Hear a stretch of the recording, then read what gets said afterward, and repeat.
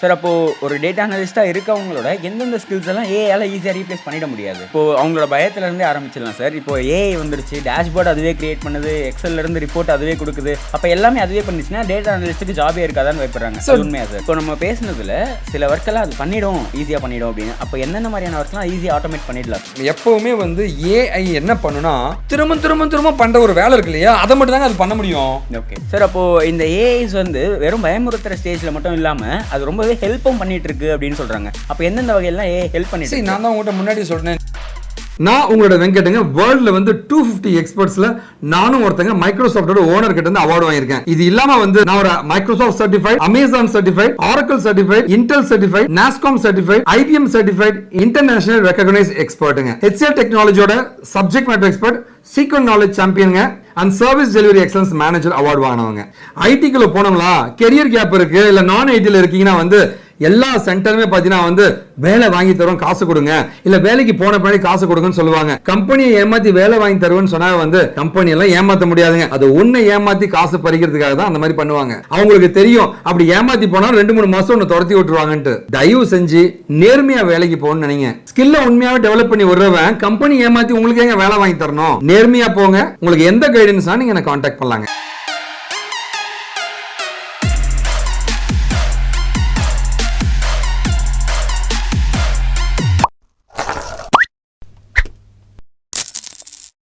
இப்போது எங்கே பார்த்தாலும் ஏஐன்னு இருக்குது. ஸோ அப்போது டேட்டா அனலிஸ்ட்டுக்கு புதுசாக படிக்க ஆரம்பிக்கிறவங்க எல்லாருமே என்ன நினச்சிக்கிறாங்கன்னா, ஏஐனால நம்ம ஜாப் ரீப்ளேஸ் ஆகிடும், அப்போ நம்ம இது படிக்கிறதே வேஸ்ட் ஆகிடும் அப்படின்னு நினச்சிக்கிறாங்க. பட் அது உண்மையா இல்லை, அதுக்கு ஏதாவது ஆல்டர்னேட்டிவ்ஸ் இருக்கா அப்படின்னு எல்லாத்தையும் சார் கிட்ட கேட்டு தெரிஞ்சுக்கலாம் வாங்க. வணக்கம் சார். வணக்கம். ஏஐயால் ரீப்ளேஸ் பண்ணாத ஜாப்னு ஒன்று இருக்கா? செக் பண்ணிடலாம் சார். ஸோ அவங்களுக்கும் கிளாரிஃபை பண்ணிடலாம் சார். சரி, ஆக்சுவலாக வந்து லைக் எல்லா ஜாப்புமே ஏஐ ரீப்ளேஸ் பண்ணிட்டு தான் இருக்குங்க. என்னன்னா வந்து ஏஐயால் வேலை போகுதுன்ற மைண்ட் செட் வந்து வெளில வாங்க. ஏஐயை கற்றுக்கிட்டு இன்னும் பெட்டரா வேலை செய்யலாம்னு முடிவு பண்ணுங்க. ப்ரொஃபைலை பில்ட் பண்றது தான் புத்திசாலித்தனங்க. டேட்டா அனலிஸ்ட் பரப்பி விட்டு யாரோ ஒருத்தன் பரப்பி விட்டான் டேட்டா அனலிஸ்ட் வேலை எல்லாம் ஏஐல போகுதுன்ட்டு. அதனால தான் வந்து இந்த பாட்காஸ்ட் நம்ம பண்ணிக்கிட்டு இருக்கோம். புரியுதுங்களா? அது உண்மை கிடையாதுங்க. அதை பற்றி தான் டீட்டெயிலாக பேச போகிறேங்க. உங்களோட கேள்விகள் கேட்கலாம். சரி சார். இப்போ அவங்களோட அதுக்கு முன்னாடி பார்த்தீங்கன்னா வந்து நான் பார்த்தீங்கன்னா வந்து Intel certified advance Python specialist and Microsoft certified data science ஸ்பெஷலிஸ்ட்டுங்க. சரிங்களா? ஓகேவா?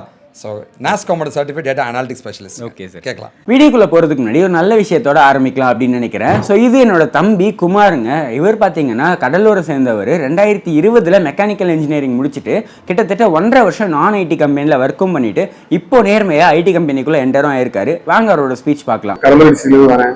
B mechanical 2020 pass out. B mechanical முடிச்சது மெக்கானிக்கல் ஃபீல்ட்ல தான் 1.5 year ஒர்க் பண்ணேன். ஆனால் ஒரு சேலரி ரொம்ப கம்மியா இருந்துச்சு. என்னால ஐடி ஃபீல்ட்ல ட்ரை பண்ணலாம் சொல்லிட்டு வந்து சாரா பார்த்தேன். சாரு அட்வைஸ் பண்ணாரு. மெக்கானிக்கல் இருந்து ஒரு ஐடிக்கு மூவ் ஆனது ரொம்ப ஹாப்பியா இருந்துச்சு. இப்போ நான் அதோட பெட்டர் கம்பெனிக்கு பிளேஸ் ஆயிருக்கேன். ரொம்ப ஹாப்பியா இருக்கு. ஸோ இதே மாதிரி நிறைய பேர் நான் ஐடியில் ஆல்ரெடி ஒர்க் பண்ணிட்டு இருக்கேன், நான் வேற டிகிரி முடிச்சிருக்கேன், எனக்கு ஆல்ரெடி கெரியர் கேப் இருக்கு அப்படின்னு நிறைய டவுட்டோட இப்போ ஐடிக்குள்ள போக முடியுமா அப்படிங்கிற சந்தேகத்தோடய இருக்கீங்க. ஸோ குமாரால போக முடியும் அப்படின்னா கண்டிப்பா உங்களாலையும் போக முடியும். அதுக்கான எக்ஸாம்பிளை தான் குமார் செட் பண்ணியிருக்காரு. வாங்க வீடியோக்குள்ள போகலாம்.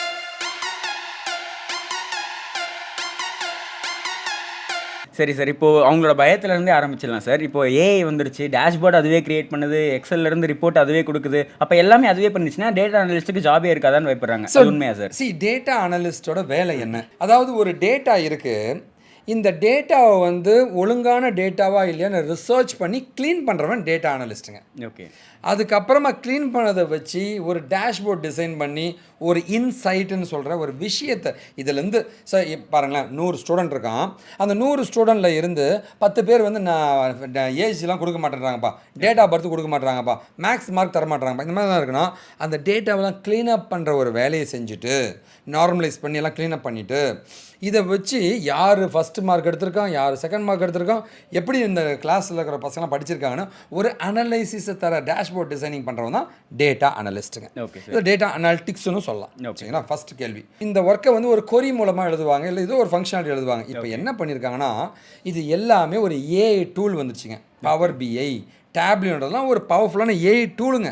ஓகே. அந்த டூல் மூலமாக பண்ணுறாங்க. இப்போ டேட்டா அனலிஸ்ட்ன்றது ஆல்ரெடி இந்த டூலை யூஸ் பண்ணி தான் பண்ணுறான். பின்ன எங்கே ஏஐ ரீப்ளேஸ் பண்ணுது? ஆல்ரெடி அவன் யூஸ் பண்ணுறதே ஏஐ தான். ஓகே. புரியுதுல? ஓகேவா? இது சும்மா பரப்பி விடுறாங்க. என்ன இந்த எஸ்கியூஎல்லாம் இருக்கு இல்லையா, எஸ்கியூஎல்லாம் வந்து ஏஏ எழுதிடும், நீ எதுக்கு எஸ்கியூஎல் எழுதுன்ட்டு அந்த நாலேஜையாவது நீ லேர்ன் பண்ணியிருக்கணும்ல. அந்த நாலேஜ் இல்லாதவங்க எவனும் எடுக்க மாட்டாங்க. அது கரெக்டாக தப்பானாச்சு நமக்கு தெரியணும். கண்டிப்பாக கண்டிப்பாக. ஏஏ ஏஜென்ட்ஸ் இப்போ ரீசெண்டாக நியூஸ் நிறைய கேள்விப்பட்டிருக்கோம், டேட்டா பேஸே டெலீட் பண்ணி விட்டுடுது, இந்த மாதிரி ப்ராப்ளம்ஸ்லாம் கூட நிறைய இருக்குது தம்பி. மெஷின் வந்து எல்லா வேலையுமே பண்ணாது இல்லைங்களா, அது கூட இன்ட்ராக்ட் பண்ணுறதுக்கு ஒரு ஹியூமன் தேவைங்க. ஓகே சரி, டேட்டா அனலிஸ்ட்டுக்கு வந்து லைக் ஆல்ரெடி ஏஐ டூல் தான் யூஸ் பண்ணுறாங்க, நம்ம டைம் வேஸ்ட் பண்ண வேண்டாம். ஸோ ரெண்டாவது நான் ஒன்று சொல்கிறேங்க. சரி, இது வந்து கொஞ்சம் வித்தியாசமாக இருக்கும் நான் சொல்கிறேன் ஆன்சருங்க, பட் ஆனால் ப்ராக்டிக்கலாக தான் உண்மை. திருப்பூருக்கு போங்க தம்பி. ஓகே, ஏகப்பட்ட கம்பெனிஸ் இருக்குங்க, ஃபேக்ட்ரிஸ் அண்ட் கம்பெனிஸ் இருக்குங்க. ஐடியை விட்டுருங்க, ஐடியை விட்டுருங்க, இந்த பக்கம் வாங்க தம்பி. ஏகப்பட்ட ஃபேக்ட்ரிஸ், இண்டஸ்ட்ரீஸுங்க. இப்போ சரவணா ஸ்டோர் மாதிரி நிறைய கடைங்க. இவங்கெல்லாம் அக்கௌண்ட்ஸ் மெயின்டைன் பண்ணுறாங்களா? எதில் மெயின்டைன் பண்ணுறாங்க? எக்ஸலில் தான் மெயின்டைன் பண்ணுறாங்க. அந்த எக்ஸல் இன்னும் இருக்குங்க. ஓகே, அந்த எக்ஸல் இன்னும் இருக்குங்க. அந்த டேட்டா அனலிஸ்ட் வேணுங்க இங்கே. புரியுதுங்களா? ஓகேவா? அதெல்லாம் ஏஐ மாறுறதுக்கு இன்னொரு 20 வருஷம் ஆகும். அதுக்கப்புறம் பார்த்துக்கலாம், நம்ம பிள்ளைங்க தான் கஷ்டப்படணும். இப்போதைக்கு டேட்டா அனலிஸ்ட் cannot be replaceடுங்க. அதான் உண்மை. புரியல? ஓகேவா? And data analyst are using ஏஐங்க. ஓகே, அவங்க பயன்படுத்துகிறாங்க ஏஐ தான். சரி சார், புரியுது? பெட்டராக பண்ணுறதுக்காக.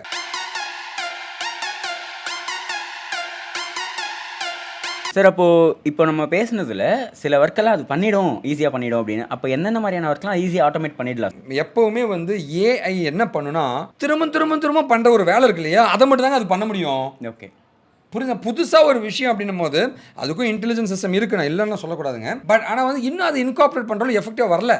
புரியுது? ஓகேவா? ஃபர்ஸ்ட் பார்த்தீங்கன்னா வந்து சிம்பிளான எஸ்கியூஎல் கொரி, ஒரு இன்சர்ட் அப்டேட் டெலிட்னா வந்து அதுவே பண்ணிடும். ஒரு காம்ப்ளெக்ஸான கொரி வித் ஃபங்க்ஷனாலிட்டி நம்ம தான் வந்து நம்ம ஹியூமன் இன்டர்வென்ஷன் லாஜிக்ஸ் தேவைப்படுது. எக்ஸாக்ட்லி. ரெண்டாவது டேஷ்போர்ட் டிசைனிங். டேஷ்போர்ட்லாம் டிசைன் பண்ணுறதுக்கு ஏஐ ரொம்ப யூஸ்ஃபுல்லாக இருக்குங்க. ரிப்பீட்டேட்டிவாக எக்ஸலில் வச்சு ரிப்போர்ட்லாம் ஜென்ரேட் பண்ணுறதுங்க. ஓகேவா? டேட்டா க்ளீன் பண்ணுறதுங்க, அதை ஆட்டோமேட் பண்ணுறதுன்ட்டு இந்த வேலைகள் எல்லாமே பார்த்தீங்கன்னா வந்து ஏஐ பண்ணிக்கிட்டு இருக்குங்க. ஓகேவா? ஒரு சார்ட் டிசைன் பண்ணுறதா இருக்கட்டும், ஒரு இன்சைட் எடுக்கிறதா இருக்கட்டும், இது எல்லாமே ஏஐ தான் பண்ணுதுங்க. இதை டேட்டா அனலிஸ்ட் தான் பண்ணுறான். ஓகே சார், ஆமாங்க.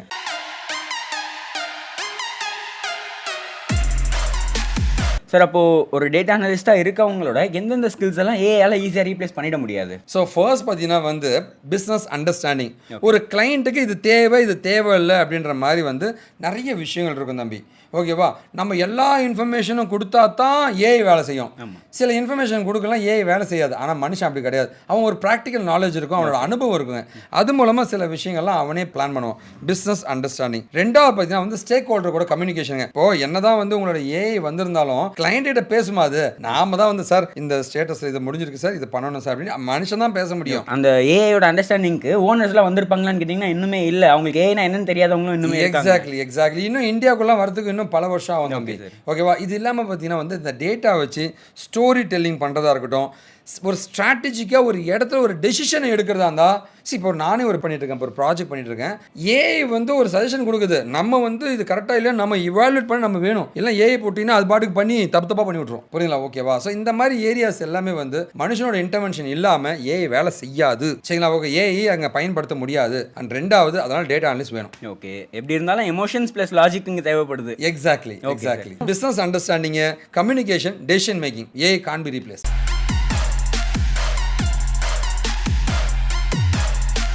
Okay sir. சார் இந்த ஏஐஸ் வந்து வெறும் பயமுறுத்துற ஸ்டேஜில் மட்டும் இல்லாமல் அது ரொம்பவே ஹெல்ப்பும் பண்ணிட்டு இருக்கு அப்படின்னு சொல்கிறாங்க. அப்போ எந்தெந்த வகையெல்லாம் ஏஐ ஹெல்ப் பண்ணிட்டு? சரி, நான் தான் உங்கள்கிட்ட முன்னாடி சொல்கிறேன், நீங்கள் முன்னாடி கேட்ட கேள்வியை தான் இப்போ திரும்ப கேட்டிருக்கீங்க. ஸோ ஏஐயை பொறுத்த வரைக்கும் பார்த்தீங்கன்னா வந்து ஒரு கோட் நம்ம எழுதுறோம்னா வந்து அந்த கோடை இன்னும் எஃபெக்டிவாவோ இல்லை ஆட்டோமேட்டிக்காக ஜென்ரேட் பண்ணுறதுக்கும் நமக்கு பயன்படுத்திக்கலாங்க. கோட் ஜென்ரேஷன் டூல் கிளாட் மாதிரி இருக்குங்க, கோடெக்ஸ் கிளாட்லாம் இருக்குங்களா? ஓகேவா? ஸோ எஸ்கியூஎல் மாதிரி இருக்கிறது ஜென்ரேட் பண்ணுறதுங்க. ஒரு டேஷ்போர்ட் இருக்குன்னா அதை ஆட்டோமேட் பண்ணுறதுக்குங்க. ஒரு டேஷ்போர்டை கிரியேட் பண்ணுறது இல்லாமல் ஆட்டோமேட் பண்ணுறதுங்க. ஒரு டேட்டாவை சம்மரைஸ் பண்ணுறதுங்க, அதை வச்சு ரிப்போர்ட்லாம் ஜென்ரேட் பண்ணுறதுங்க. இல்லை வந்து லைக் நம்மளோட டேட்டாவோட க்ளீனப் சிஸ்டம்ஸுங்க, அனாமலிஸ் டிடெக்ஷன்ஸுங்க, இந்த மாதிரி ஏரியா எல்லாமே வந்து ஏஐ வந்து மனுஷனுக்கு பெரிய லெவலில் சப்போர்ட் பண்ணுங்க. இப்போ நான் ஆக்சுவலாக ரீசெண்டாக ஒரு டேட்டாவை பார்த்தேன். பார்த்தீங்கன்னா ஆக்சுவலாக வந்து அது வந்து கிட்டத்தட்ட ஒரு 1.5 lakhs டேட்டா.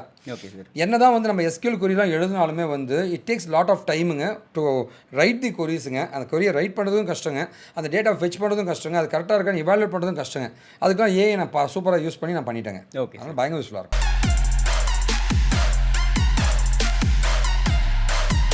சரி சார், இப்போ தான் ஃப்ரெஷ்ஷாக வந்து டேட்டா அனலிஸ்ட் படிக்க ஆரம்பிக்க போகிறேன் அப்படிங்கிறவங்களுக்கு என்னென்ன ஸ்கில்ஸ்லாம் கற்றுக்கணும், அதுக்கான ரோட் மேப் ஏதாச்சும் இருந்தால் சொல்லிடுங்க. சரி, கண்டிப்பாங்க. சரி, ஆக்சுவலாக வந்து டேட்டா அனலிஸ்டோட சேர்ந்து வந்து டிஜிட்டல் மார்க்கெட்டிங், யூஐஎக்ஸ் நம்ம காம்பினேஷனில் படிச்சிங்கன்னா ரொம்ப நல்லதுங்க. ஒரு மல்டி ஸ்கில் ப்ரொஃபைல் ஆகிடுங்க. ஓகே. ஒரு கம்பெனிக்கு வெப்சைட் தயாரித்து கொடுத்தா அது கூகுளில் ஃபஸ்ட்டு கொண்டு வந்து அவங்களுடைய டேட்டாவெல்லாம் மெயின்டைன் பண்ண இந்த காம்பினேஷன் படிக்கிறது நல்லது. First point. ஓகே.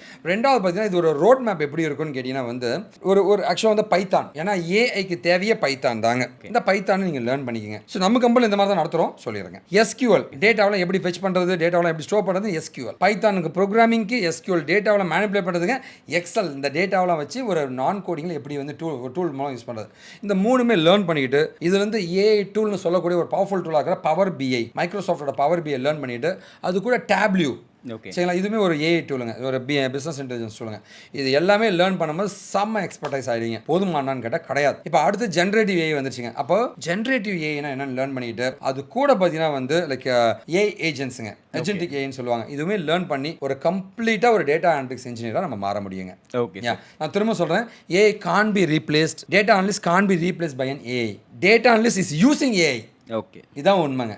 சரிங்களா, ஃபைனலாக தான் சொல்கிறேன்.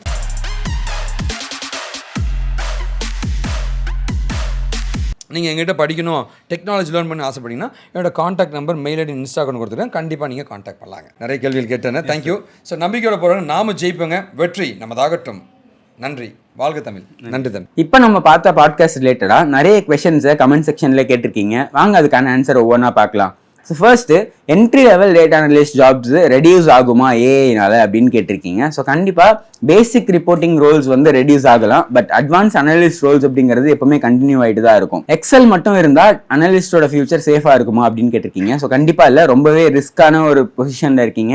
ஏஐ எல்லாத்தையும் ஆட்டோமேட் பண்ணிட்டு இருக்கும்போது ரிப்பீட்டிவ் டாஸ்கையும் அது ஆட்டோமேட் பண்ணிடும். SQL இன்னும் இம்பார்ட்டண்ட்டாக இருக்கா 2026 அப்படின்னு கேட்டிருக்கீங்க. ஸோ ரொம்ப இம்பார்ட்டண்ட்டான ஒரு ஸ்கில்லுங்க இப்பயுமே அது. ஏன்னா என்னதான் ஏஐ ஜென்ரேட்டட் queries எழுதினாலும் அதுக்கான ஹியூமன் வேலிடேஷன் அப்படிங்கிறது கண்டிப்பாக தேவைப்படுது. ஏஐ டூல்ஸை யூஸ் பண்ண தெரியாத அனலிஸ்ட் பாதிக்கப்படுவாங்களான்னு கேட்டிருக்கீங்க. கண்டிப்பாக ஒரு பெரிய எஸ்ங்க. ஏன்னா இப்போ மாடர்ன் அனலிஸ்டாக இருக்கணும் அப்படின்னா அவங்க கண்டிப்பாக ஏஐ அசிஸ்டட் அனலிஸ்டாகவும் இருக்கணும். அப்போ தான் சர்வைவ் பண்ண முடியும். ரியல் டைம் எக்ஸாம்பிள் ஏதாச்சும் சொல்லுங்கன்னு கேட்டிருக்கீங்க. ஸோ இதுக்கு முன்னாடி எல்லாம் அனலிஸ்ட் அப்படிங்கிறவங்க மேனுவலாக க்ளீன் பண்ணி சேல்ஸ் டேட்டாவை எல்லாத்தையுமே வந்து ஒரு இன்சைட்டாக கொடுப்பாங்க. ஆனால் இப்போ ஏஐ அதை ஆட்டோ க்ளீன் பண்ணிடுது, சம்மரிஸ் கொடுத்துடுது. அனலிஸ்ட் அவங்களோட பிஸ்னஸ் ஸ்ட்ராட்டஜிஸை கொடுக்கறதுல மட்டும்தான் ஃபோக்கஸ் பண்ணுறாங்க. டேட்டா விஷுவலைசேஷன் டூல்ஸ் ஃபியூச்சர் சேஃபாக இருக்குமா அப்படின்னு கேட்டிருக்கீங்க. ஸோ எஸ், கண்டிப்பாக சேஃபாக தான் இருக்கும். ஏன்னா ஸ்டோரி டெல்லிங் ஸ்கில்ஸ் அப்படிங்கிறது இதில் ரொம்பவே இம்பார்ட்டண்ட்டான ஒரு ரோல் ப்ளே பண்ணுது. ஸோ சார்ட்ஸ் மட்டும் இல்லாமல் அந்த ஸ்டோரி டெல்லிங் ஸ்கில்ஸையும் வந்து நீங்கள் இன்க்ரீஸ் பண்ணிக்கணும். எந்த இண்டஸ்ட்ரிக்கு டேட்டா அனலிஸ்ட் ரொம்பவே தேவைப்படுறாங்கன்னு கேட்டிருக்கீங்க. ஸோ நான் லிஸ்ட் சொல்கிறேன். Finance sector, health care, retail, e-commerce and logistics, இந்த ஃபீல்ட்லாம் இந்த டேட்டா அனலிஸ்டோட ரோல் வந்து ரொம்பவே இம்பார்ட்டண்ட்டாக இருக்குது. ப்ராம்ப்ட் இன்ஜினியரிங் அனலிஸ்ட்டுக்கு யூஸ்ஃபுல்லாக இருக்குமான்னு கேட்டிருக்கீங்க. கண்டிப்பாக இது வந்து ரொம்பவே யூஸ்ஃபுல்லாக இருக்கும். ஏன்னா பெட்டர் ப்ராம்ப்ட்ஸ் உங்களால் பண்ண முடியுது அப்படின்னா பெட்டர் ஏஐ ஜென்ரேட்டர் இன்சைட்ஸ் உங்களால் ஜென்ரேட் பண்ண முடியும். அப்போ உங்களோட ஒர்க் ஃப்ளோ ரொம்பவே ஃபாஸ்ட் ஆகும். இப்போ அனலிஸ்டாக இருக்கவங்க பண்ணக்கூடிய மிகப்பெரிய மிஸ்டேக்ஸ் என்னென்ன அப்படின்னு கேட்டிருக்கீங்க. ஸோ இங்கே நீங்கள் அனலிஸ்டாக இருக்கிறீங்க இல்லை அனலிஸ்ட்டை கற்றுக்குறீங்க அப்படின்னா நீங்கள் கற்றுக்கும் போது அதை தியரிஸை மட்டும் லேர்ன் பண்ணிக்காமல் அதோட பிஸ்னஸ் அண்டர்ஸ்டாண்டிங்ஸையும் நீங்கள் எக்ஸ்ட்ராவாக லேர்ன் பண்ணிக்க வேண்டியது இருக்கும். அப்போ தான் உங்களால் சர்வை பண்ண முடியும். ஸோ ஃபைனல் ரியாலிட்டி என்ன, ஏஐ வந்து இந்த ஆப்பர்ச்சுனிட்டிக்கு ஒரு த்ரெட்டாக இருக்குமான்னு கேட்டிருக்கீங்க. ஸோ உங்களோட மைண்ட் செட்டை பொறுத்து தாங்க இது மாறும். ஸோ அனலிஸ்ட் ஏஐ யூஸ் பண்ணுறாங்க அப்படின்னா அது ஹியூஜ் அட்வான்டேஜாக இருக்கும். ஒரு அனலிஸ்ட் இக்னோர் பண்ணுறாங்க ஏஐ அப்படின்னா அது ரொம்பவே ஹை ரிஸ்க்காக போய் முடியறதுக்கு வாய்ப்பு இருக்குது. ரொம்ப பெருமையாக சந்தோஷமாக சொல்ல ஆசைப்படுறது, இவங்க எல்லாமே நம்மகிட்ட படித்து பிளேஸ் ஆன ஸ்டூடெண்ட்ஸுங்க.